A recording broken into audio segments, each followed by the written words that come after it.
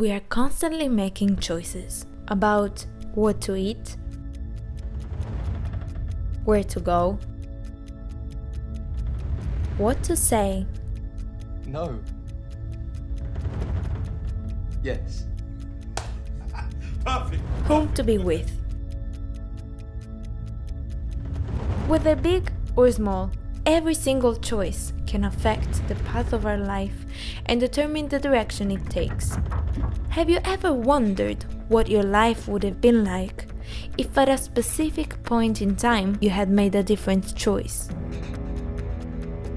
Of course you have. We all have. We increasingly enjoy escaping the boundaries of time through films showing what different life paths and futures could look like, depending on even the tiniest choices. This film's narrative structure is called forking path structure. Forking path films present parallel realities determined by the different choices made by the protagonist. Such films used to revolve around one main forking point, namely a crucial event requiring the protagonist's choice on which the consequent multiple scenarios depend. In the last 3 decades, however, the number of forking points has been growing, leading to increasingly more complex narrative structures. But what caused the increase in this movie's complexity? If we consider movies like Blind Chance from 1987 and Run Lola Run from 1998, we can see that, in spite their being released at a time distance of approximately a decade, their narrative structure is practically identical. There is one forking point only leading to 3 different life paths, taking place at the same time in parallel dimensions. On screen, however, the different life alternatives are presented one after the other, as if they took place in a certain chronological order. Which one is the right one? Each of these lives is the right one. But let's move to a decade later, specifically to the year 2009, when the movie Mr. Nobody was released. Here, we can see that the narrative structure got way more complicated, with a higher number of forking points and thus a much higher number of possible life paths.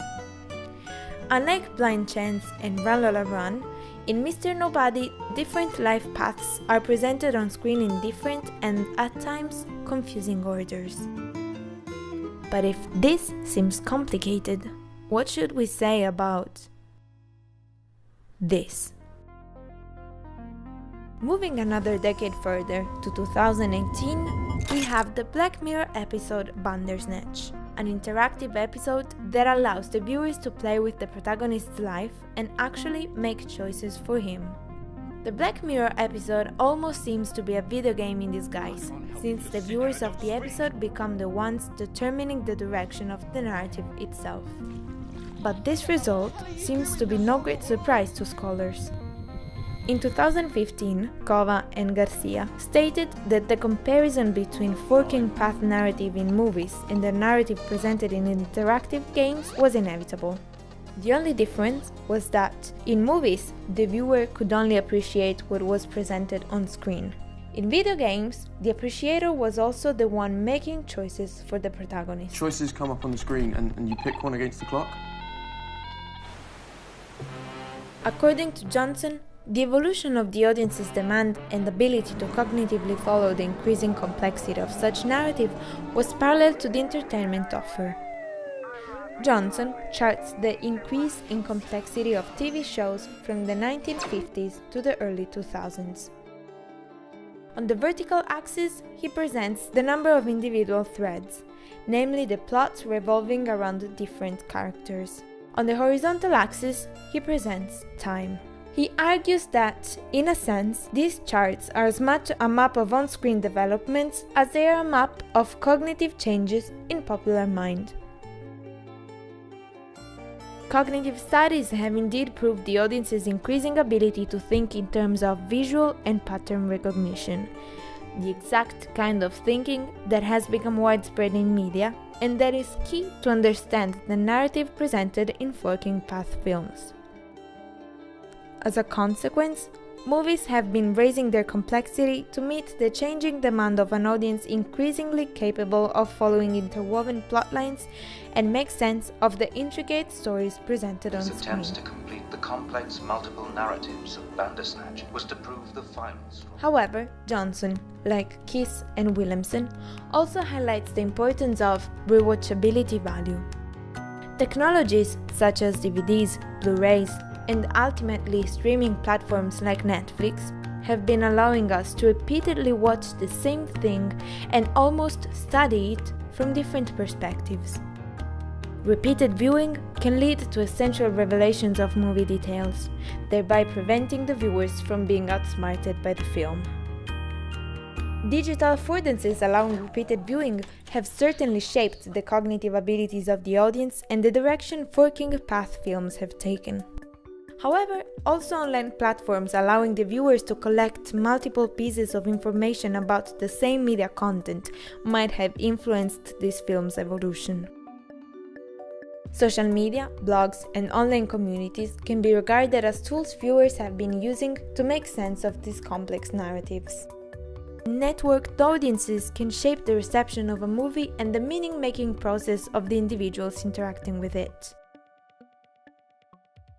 Each individual collaborates in such process by adding their personal fragment of information to the overall puzzle, to which Jenkins refers as collective intelligence.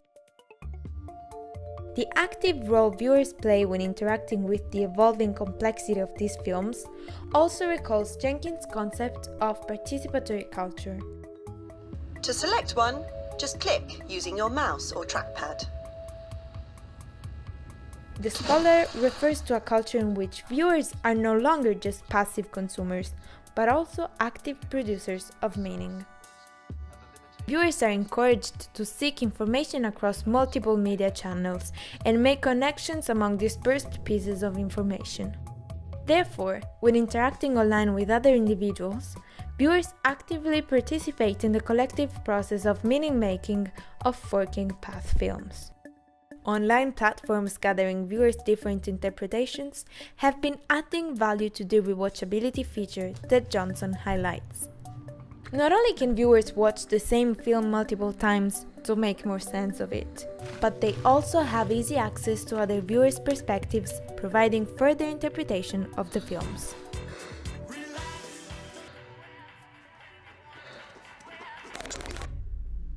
As we have seen, having the chance to rely on audiences' cognitive abilities, collective intelligence, and technologies that provide the viewers with the necessary tools to understand the narrative puzzles, Forking Path films have been pushing the boundaries of narrative complexity.